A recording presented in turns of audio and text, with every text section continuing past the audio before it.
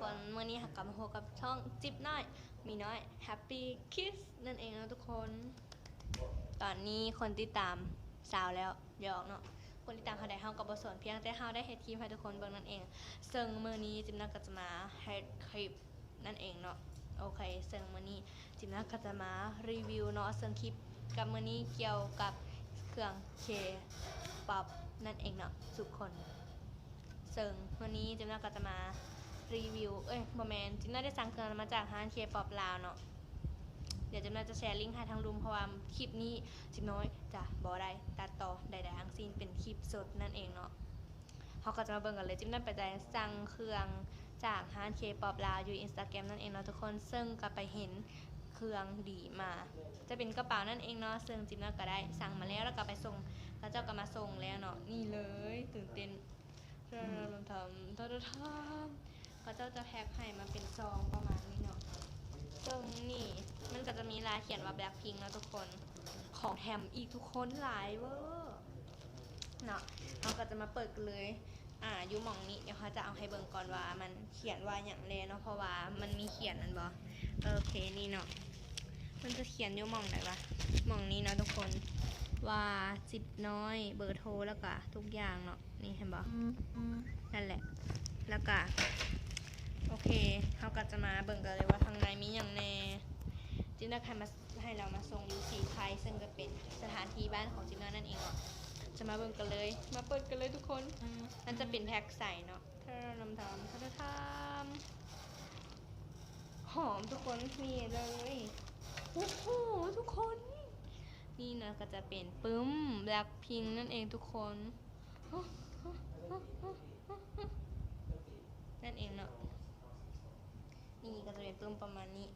ข้างหน้านางมีแพ็คใส่เป็นเคลียร์ใส่นะทุกคนโอเคฟ้าเอากล้องฟ้าโอเคเนาะเอาว่านำกล้องบอ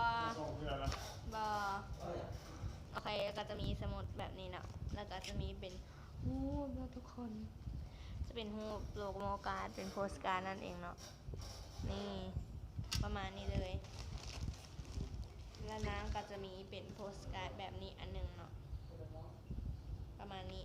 แล้วก็จะมีเป็นตัวนี้พร้อมแบบนี้เลยเป็น2อันเป็นโพสการ์ดยาวซึ่งขอบใจฮันเคปอบแล้วหลายๆพอเราจัดของแถมมาให้หลายเวอร์เนาะมาต่อไปพูดแหละอันนี้ก็จะเป็นสแกนดำๆเนาะซึ่งกับพูดเป็นอย่างแล้วก็จะมีเป็นกระเป๋าดำๆขอบใจโอเคเขาก็จะมาเบิ่งตัวกระเป๋ากันเลยถ้าเราทำยังนะทุกคนยังมีของแถมอีกอย่างหนึ่งก็คือเป็นเข็มขัดนั่นเองทุกคนนี่เห็นบอเฮ้ยมันเป็นแบบพิงใสๆดีมากของแถมเนาะโอเคตัวกระเป๋าจะเขียนประมาณนี้จะเขียนยูนิว่าแบบพิงและอันนี้ก็จะเป็นพวงกุญแจเนาะมันเป็นพวงกุญแจประมาณนี้เลยสายทั้งหลังน้ำก็จะเขียนว่า limited edition นั่นเองเนาะทุกคนงามนางเทกับโซ่เนาะอีโซ่ชอบมากก็ต้องขอบใจทางห้างเคป๊อปร้านหลายๆเนาะเพราะว่าตั้งใจมาส่งราคาส่งกะบอแพงเพียงแต่ 15,000 กีบนะทุกคนซึ่งราคาทั้งรวมหมดนี้จิ๊บน้อยก็ได้สั่งมาราคา 236,000 นั่นเองเนาะซึ่งก็ถูกหลายซึ่งได้เครื่องมาขนาดนี้ก็ถือว่าถูกนะทุกคนโอเคมื้อนี้จิ๊บน้อยก็ขอลาไปก่อนคลิปนี้จะไม่มีการตัดต่ออย่างแต่ว่าถึงจะบ่มีอัน